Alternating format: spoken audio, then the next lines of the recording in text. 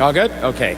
Well, good morning, ladies and gentlemen, and thank you very much for being here this morning. It's great for us to be here on King Street in slightly warmer temperatures than in the last few days, and I'm joined, of course, by our Economic Development Chair, Councillor Michael Thompson, and by the local councillor for this area, Joe Cressy, as well as, and I didn't see her in my travels, but Barbara Gray, our General Manager of Transportation, I think was to be here with us as well, and, of course, right back there, our Head of Economic Development, Mike Williams.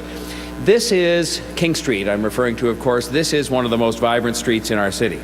It's got the Financial District, it's got the Princess of Wales and Royal Alex Theatres, it's got Roy Thompson Hall, of course, right beside us here, and some of our most popular restaurants and bars.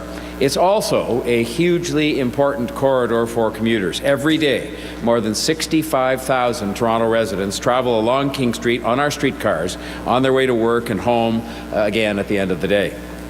This is the busiest surface transit route in North America and the third busiest transit route overall in Toronto, ranking only after our two main subway lines.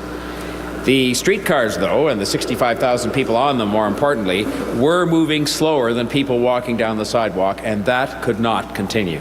And so we introduced last fall a year-long pilot project to see if we could move those people faster and more efficiently. The King Street pilot began just 8 weeks ago. It was a very short time ago that this one-year-long project began 8 weeks ago. And preliminary data shows that it is already having a marked improvement for transit commuters without causing any significant traffic problems for drivers on parallel corridors and on north-south routes. But a pilot has to look at every element. And transit riders have been happy about this new approach, but we have also at the same time heard some concern from some of the members of our business community. As mayor, I've always committed to always listening and being respectful of all points of view in the city, and that is an important aspect of any pilot project, which is to watch and to listen and to see how you can make sure that things work best. I have met, as have my colleagues, with business owners. I visited the street many times already, even during the first 8 weeks of the pilot, the most recent visit being just last night. I've heard from those who say their business is affected. I've heard from others who don't articulate the same concern. But almost everyone does seem to agree that there is some confusion as to whether King Street is accessible to those who want to visit this area. And so the first thing we want people to know from today, and we wanted them to know it every single day since the pilot started, is that King Street is open for business. And we intend to act so as to get past the confusion that does exist so that we can get things going again for businesses which are temporarily hurting in some instances. To be clear, King Street remains accessible. To those driving to local destinations, there is no ban on cars. The last two visits I made to the pilot project area, the last one, as I said last night, were deliberately made by car. And in actual fact, the route to the neighbouring parking was unaffected by the pilot project itself. This is a message that we have to get out. For most people coming here, for most purposes, to go most places, the places they would have parked or the places they would have visited are actually unaffected by the pilot project. Taxis, of course, are able to access the street and can travel straight along King Street every night after 10 o'clock. We've also added new taxi stands along King Street and some nearby streets so that people can more easily find a ride. And while on-street parking has been removed from King Street, local access to all parking garages, condominiums, and businesses is maintained, and there is lots of parking available on nearby side streets and in the many parking garages and lots in the area. All of the same lots and spots are in the same place that they were before and are accessible to people who are coming to visit King Street. The City of Toronto and the Toronto Parking Authority have also introduced a new $5 discount on parking using the Green P app and the promo code GCTG4A5. And there are drop-off zones, new ones, some indeed that have been added for people who want to deliver someone to a very specific destination. And of course, the one thing that I think goes without saying here is that this area of town, King Street, is now more easily accessible by transit than ever before. But as we adjust to the pilot, again 8 weeks into a one-year period, we want to do more things to draw more people to King Street. Cities around the world have taken steps to animate parts of their city where new mobility and street designs have been introduced, making sure that economic prosperity is not negatively affected by improved mobility. We've got to have a win-win here. Here today, Councillor Thompson will outline some initiatives we will take now to attract people to King Street, and I join him and Councillor Cressy in urging people to come to King Street. And looking just a few weeks ahead, the city is today announcing a design-build competition to create new public spaces in the curb lane along King Street starting this spring. This will include King Street businesses making use of additional public space for outdoor cafes and uses like that. This will represent for them a new business opportunity and a fantastic way to make King Street even more dynamic. We have so many talented, creative people in this city, and this is an opportunity for everybody to contribute to that rethinking of how we use this space and ensure the success of King Street. And so while the businesses will have first opportunity to take some of the new, I'll call it newly available public space and decide what to do with it, this competition is meant to take for other spaces the ideas of the public and bring those to life, and in so doing, bring the street even more to life. And so the calls for entries in that competition opens today, and I encourage people to think creatively about how the city can use this space and make King Street a truly unique and remarkable destination for locals and for visitors alike. There's an interesting article in the Globe and Mail today that talks about how the Bentway has taken a space people would never have contemplated as a public space. It's a relatively small space. It's in a relatively unique location, obviously being beneath an expressway. And there you have something that on this past weekend attracted thousands and thousands of people.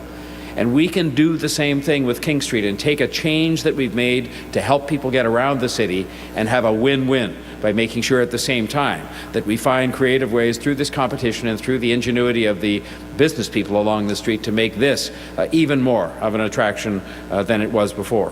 And so Councillor Thompson will talk about some things we're going to do right away to draw people to King. But I urge, in the meantime, while we're doing that, people who support the King Street pilot project and support moving people better in the city to themselves visit the restaurants and businesses along King Street.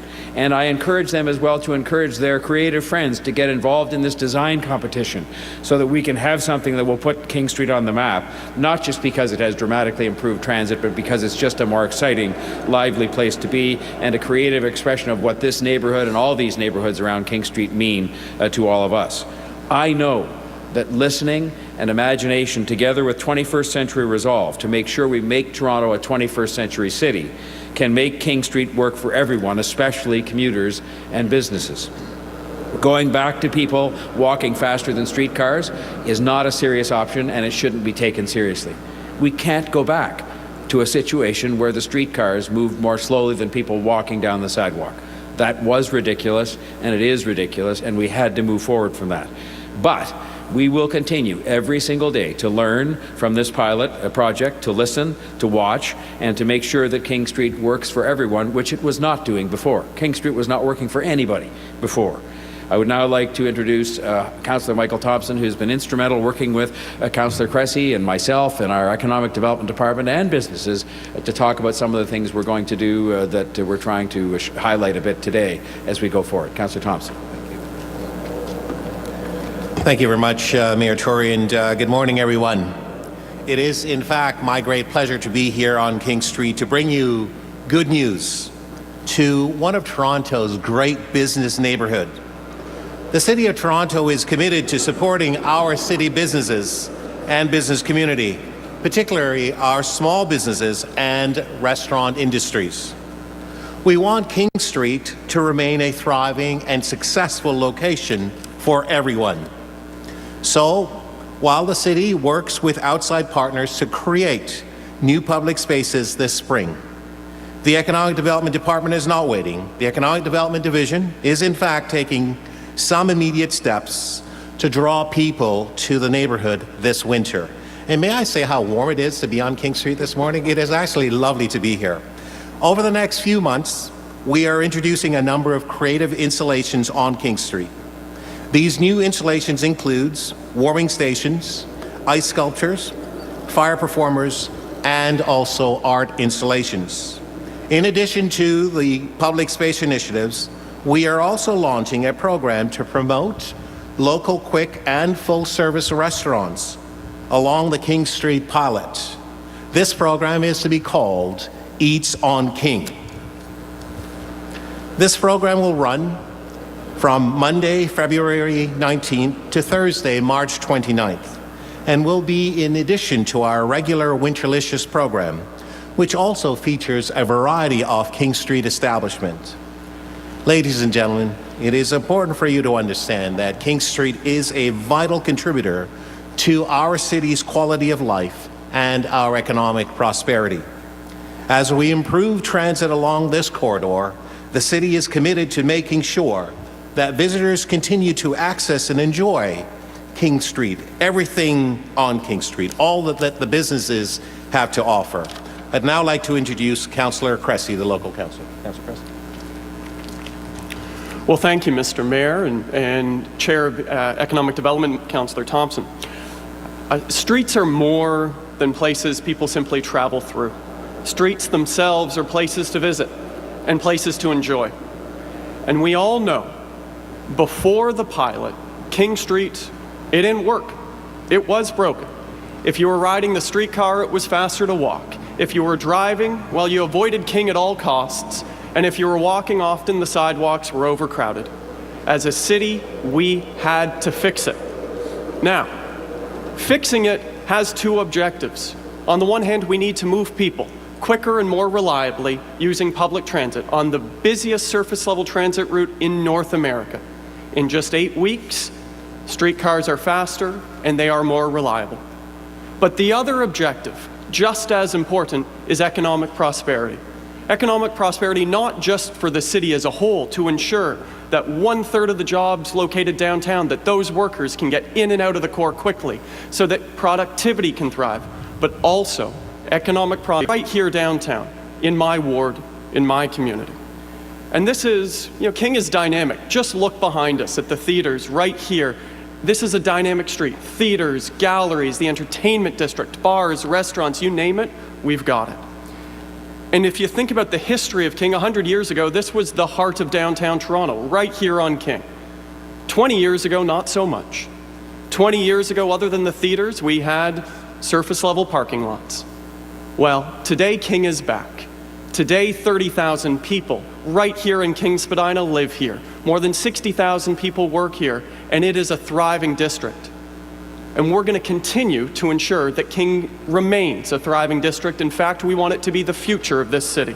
And that's why Everyone is King, the initiative outlined here today by the Mayor and Councillor Thompson, Everyone is King is an opportunity for us to ensure that not only do we move people quickly and reliably, but we also ensure that economic prosperity is at the heart of this.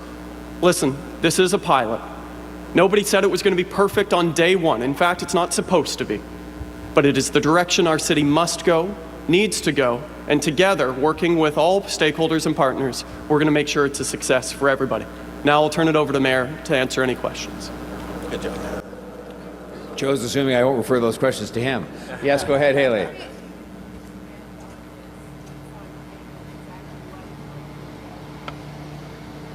Well, I'll turn that over to Councillor Thompson, but it's going to be something along the lines of Winterlicious, but with a particular focus on King Street. So there'll be special packages in partnership with the restaurants that we will offer to people, and the city will work with them on promoting that. So that we're going to try and get people all over the city to take advantage, as they have for years now, of Winterlicious, but with a focus on King Street because of the fact we are not trying to stand here and pretend there isn't an adjustment being made. When you make changes in a big city or a small city, but when you make changes of any kind, there are adjustments that have to be made. And we're sensitive to that, and we're working on that, and we're thinking about that, and we're meeting on that, and we're going to address that, because it's only going to be a real win if it's a win for everybody. For the transit commuters, where there are positive indications, also for business, for everybody, for the people who live and work and play here. Do you want to add something on the details? That's all. I think details to follow, but it's coming very soon. Mayor Tory, is this in direct response that some of the businesses are considering legal action against the city? You know, what we're here to do, and what we've been doing every day, Councillor Cressy's been busy doing this, Councillor Thompson, myself, is not to fight, but is to sit down and to listen and to watch. I mean, I've been down here quite a few times in the 8 short weeks since this pilot project began, because I want to watch, I want to listen. The others have done the same. And what we're trying to do is, one step at a time, try to make sure that we do everything we can to make sure the streetcars keep moving much better, which they are, and stay reliable, which they are, but also at the same time that business can successfully make the adjustment to a different use of King Street. And we will continue to do that, and we're less interested in talking about ways in which we can fight with people, and more interested in talking about ways we can find things to make it better for everybody, and that's exactly what we're going to do.